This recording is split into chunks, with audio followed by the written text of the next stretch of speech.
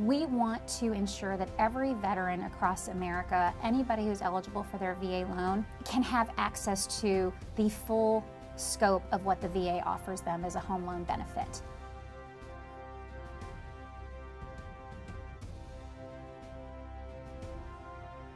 Three questions to ask your clients.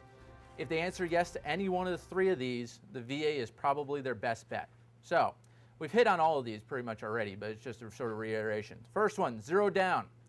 There are clients that when you talk to them, they say, do you have a down payment? Yeah, I got $1,500.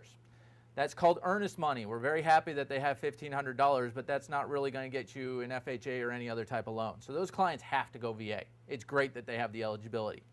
There are other clients that have $200,000 in the bank, and they say, how much money do you have put down?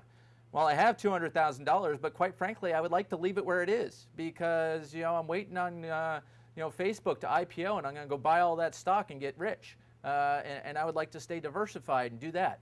Fine. A lot of our buyers go zero down because they can.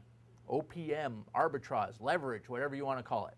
So this is something to consider when you're writing offers, because a lot of the perception out there is most VA buyers are going zero down because they're in the have to category, not because they're in the want to category.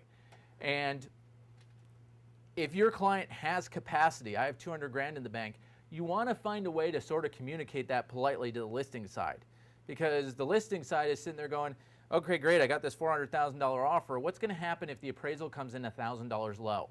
Are we going to have a negotiation, or are we going to have a one-way street of, my client's got nothing, so either drop your price by $1,000 or we're dead? That's where listing agents are justifiably concerned. So if you have a buyer with capacity, this is one of those times to, strut it a little bit. Marginal to bad credit. You have a client that had a short sale 2.5 years ago, a bankruptcy 2.5 years ago. They're not buying with any other loan program. You have a client that has a 640 credit score and is putting 30% down. I don't care. They're not getting a conventional loan with a 640 credit score. If they're VA eligible, they're getting a loan though. So that's a big place. The last one are disabled veterans. You talk to somebody and they say, yeah, I got a disability. I collect $73 a month. Guess what? You just dodged the $8,600 funding fee. And what did we say about interest rates? They're lower. So, hey, you know what? I got perfect credit. I'm putting 20% down. I'm a veteran.